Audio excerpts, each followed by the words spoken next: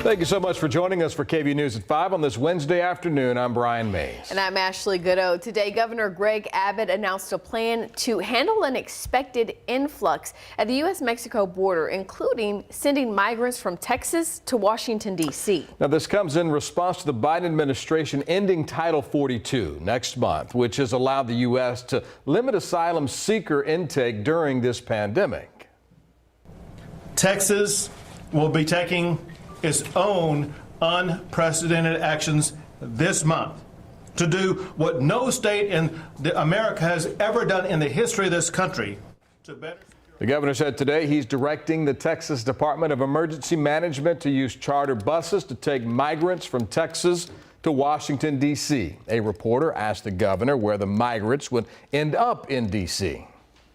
Is there a place in D.C. that you all are planning to send these migrants to? Is there a designated area you guys have in this plan? The first location will be the steps of the United States Capitol. The Biden administration, as we speak, with the current numbers, even before the elimination of Title 42, they've been dumping large numbers of migrants in cities up and down the border, leaving the cities to grapple with challenges they don't have the capability of dealing with. They themselves have been putting these migrants on buses to San Antonio.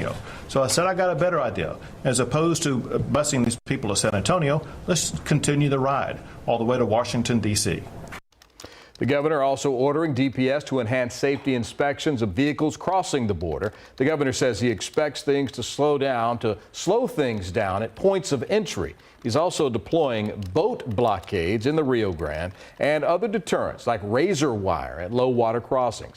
Governor Abbott said this is not the end of efforts to handle border security. He said we can expect more announcements coming next week. Now, we reached out to the White House for comment on Governor Abbott's criticism of President Biden's border policies, but we have yet to hear back. Now, these changes, of course, are coming as Texas military department officials say they need more money to continue Operation Lone Star. It's the governor's effort to use state resources, DPS troopers, and the National Guard for border enforcement.